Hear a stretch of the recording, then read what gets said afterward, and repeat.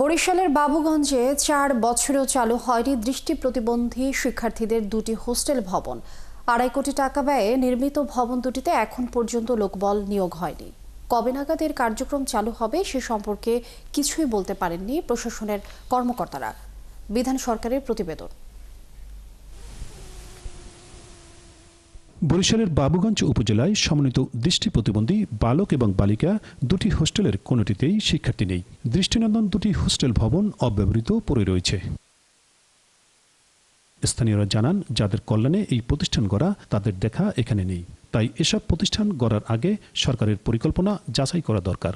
ওখানে বেঞ্চ আছে, তারপর ছেলেদের মেয়েদের হোস্টেলের ব্যবস্থাপনা সবই আছে, সব জিনিসই কিন্তু আসছে, কিন্তু তারপরে ওটা বন্ধ। সেখানে কোটি কোটি টাকা ব্যয় হয়েছে ঠিকই, কিন্তু আসলে কল্যাণমুখী কিছু হয়নি।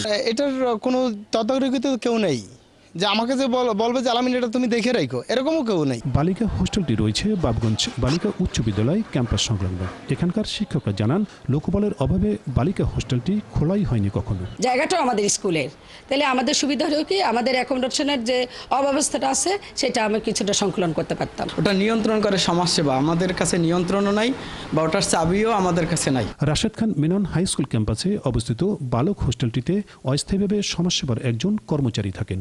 তবে এই বিদ্যালয়ের সহকারী প্রধান শিক্ষক বলেন, পুরো কার্যক্রমটি ব্যর্থতায় রূপ নিয়েছে। আমি সমাজসেবায় চাকরি করি, আমি এখানে থাকি, আর মালামাল যা আছে স্যারেরা স্টুডেন্ট সিলগেলা করিয়া রেখে গেছে। সরকারিভাবে যদি তদারকি করে বা সংস্কার মন্ত্রণালয়ের মাধ্যমে তদারকি করে এনে দেয় তাহলে এটা সম্ভব, নতুবা এটা একদম পুরোটাই লস প্রজেক্ট হয়ে যাবে। এ নিয়ে বাবুগঞ্জ উপজেলার সমাজসেবা কর্মকর্তা জানান, প্রতিটি হোস্টেলে 4 জন করে স্টাফ নিয়োগ দেওয়ার কথা থাকলেও অদ্যাবধি হয়নি। তবে এটি চালুর চেষ্টা হচ্ছে। ভবন চালুর জন্য ভবন ফিট রয়েছে এবং অতি সম্প্রতি এটা চালু করার জন্য আমাদের মন্ত্রণালয় এবং অধিদপ্তর থেকে তৎপরতা শুরু হয়েছে। 2018 সালে সেই সময়ের সমাজ কল্যাণ মন্ত্রী রাশেদ খান মেনন নিজ উপজেলাতে হোস্টেল দুটির নির্মাণ কাজের ভিত্তিপ্রস্তর স্থাপন করেন। বিধান সরকার, 71, বরিশাল।